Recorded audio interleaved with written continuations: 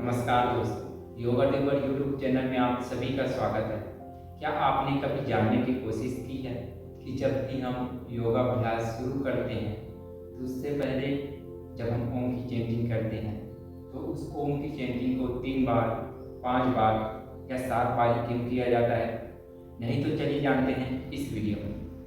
जब भी हम योगाभ्यास शुरू करते हैं तो उससे पहले हम प्रार्थना करते हैं और ओम की चैंटिंग करते हैं, या फिर कहीं धर्म अनुष्ठान जैसे कार्य होता है वहाँ भी ओम का उच्चारण होता है।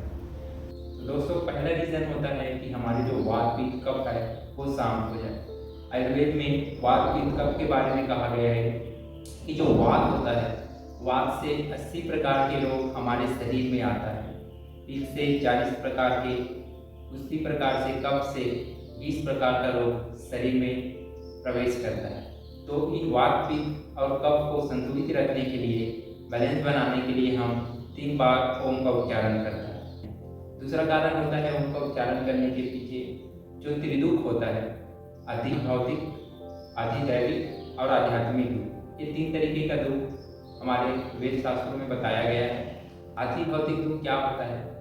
यानी किसी भौतिक वस्तुओं से हमें दुख होता है, यानी किसी दो व्यक्तियों के बीच झगड़ा हो गया, अपने शत्रुओं से झगड़ा हो गया, मारपीट हो गया, उसके कारण जो दुख उत्पन्न हो गया, या फिर कभी किसी को किसी पशु ने मार दिया या कुत्ते ने काट दिया, या फिर व्यक्ति कहीं पे गिर गया या किसी फिजिकल जो वस्तु है उससे उसको चोट लग गया, उसके कारण जो दुख उत्पन्न होता है वो आधि भौतिक दुख कहलाते हैं। दूसरा दुख होता है आधि दैविक दुख। आधि दैविक यानी ऐसे दुख जो दैविक शक्तियों के कारण उत्पन्न होता है, जैसे भूकंप आ गया, उसके कारण जो जनधन की हानि हुई है, उससे जो दुख उत्पन्न हुआ है वो आधि दैविक दुख में आ जाता है।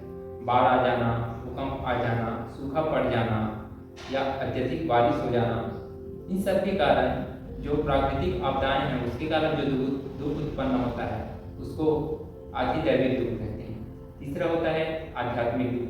आध्यात्मिक दुख यानी जब व्यक्ति अपने मानसिक रूप से अपने क्रियाकलापों से खुद दुख होता है, या फिर किसी के बारे में बुरा सोचकर, किसी का बुरा करके इस प्रकार का जो दुख उत्पन्न होता है उसको आध्यात्मिक दुख कहते हैं। ये जो 3 प्रकार का दुख होता है उसको शांत करने के लिए हम 3 बार ओम का उच्चारण करते हैं।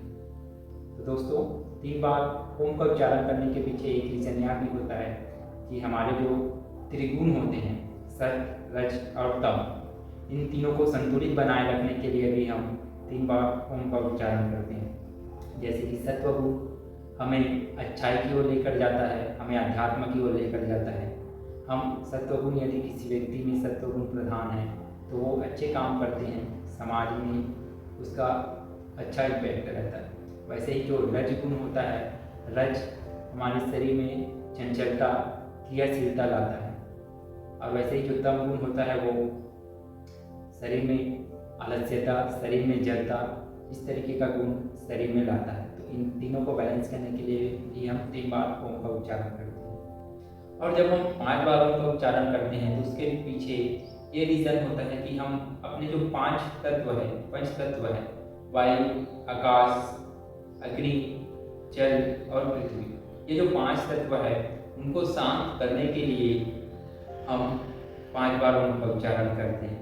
साथ ही हमारे जो पंच प्राण होते हैं और पंच उप प्राण होते हैं, जिसके माध्यम से हमारा पूरा शरीर चलायमान होता है, पूरा शरीर संचालित होता है, उसको भी शांत करने के लिए हम 5 बार उच्चारण करते हैं। पंच प्राण, प्राण, अपान, उदान, व्यान और समान, ये पंच प्राण होते हैं जो हमारे शरीर में अलग अलग स्थानों में पाया जाता है और इसका अलग अलग कार्य होता है। जैसे हम प्राण का बात करें, प्राण वायु का बात करें, तो प्राण वायु हमारे हृदय प्रदेश में पाया जाता है और ये हमारे श्वास लेने छोड़ने जैसी बहुत सी क्रियाएं को संचालित करता है। दूसरा होता है अपान। जो अपान वायु होता है वो हमारे शरीर के निचले हिस्से में उदर द्वार के पास पाया जाता है, और ये जो अपान वायु होता है वो मल त्याग करने में, यानी कि उत्सर्जन तंत्र को प्रभावित करता है। तीसरा होता है समान। समान प्राण हमारे उदर प्रदेश में पाया जाता है, जो हमारे पाचन तंत्र को इफेक्ट करता है। हम जो भोजन लेते हैं, हम जो खाना खाते हैं, उसको डाइजेस्ट करने में समान प्राण का बहुत बड़ा योगदान होता है। चौथा होता है व्यान। व्यान जो होता है वो हमारे पूरे शरीर में नसों के माध्यम से फैला होता है, हमारे शरीर में पूरी तरीके से व्याप्त होता है। और जो लास्ट का प्राण होता है उसको उदान कहते हैं। जो उदान प्राण होता है वो हमारे शरीर के ऊपरी हिस्से यानी सिर के प्रदेश में होता है, सिर प्रदेश में होता है। तो इस तरीके से पंच प्राण होते हैं। इन पंच प्राण को भी संतुलित रखने के लिए हम 5 बार उच्चारण ओम का करते हैं। दोस्तों, 5 बार ओम का उच्चारण करने के पीछे एक रीजन यह होता है कि हमारे जो पंच कोश होते हैं, अन्नमय कोश, प्राणमय कोश, मनोमय कोश, विज्ञानमय कोश और आनंदमय कोश, इन 5 कोशों की शुद्धि के लिए भी हम 5 बार ओम का उच्चारण करते हैं। जैसे अन्नमय कोश जो हमारे शरीर का बाहरी आवरण होता है, वो अन्न से बना होता है, यानी हम जो भी खाना पीना खाते हैं, जो भी भोजन लेते हैं, उससे हमारा अन्नमय कोश का निर्माण होता है। जो प्राणमय कोश होता है वो हमारी सांसों से, जो पंच प्राण होते हैं, उनसे पोषित होती है। प्राणों के अभाव में जो पंच प्राण होता है वो क्षतिग्रस्त हो सकता है। वैसे ही जो अन्नमय कोश है वो अन्न के अभाव में वो अन्नमय कोश प्रभावित होता है। वैसे ही मनोमय कोश मन के लेवल पे काम करता है, विज्ञानमय कोश बुद्धि के लेवल पे काम करता है, और जो आनंदमय कोश होता है उसको आत्मा के सबसे करीब, सबसे नज़दीक का आवरण माना जाता है। तो इस तरीके के जो ये पंच कोश होते हैं, उनकी भी शुद्धि के लिए हम 5 बार ओम का उच्चारण करते हैं।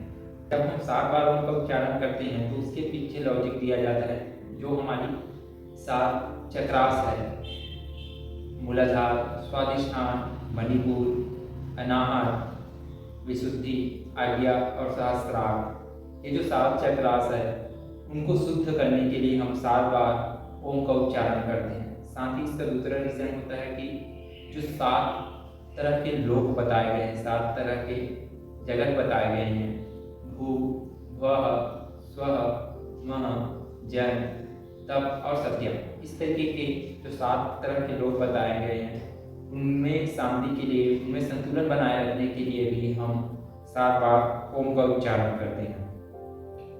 तो ये था 3 बार, 7 बार और 5 बार ओम उच्चारण करने के पीछे का रीजन।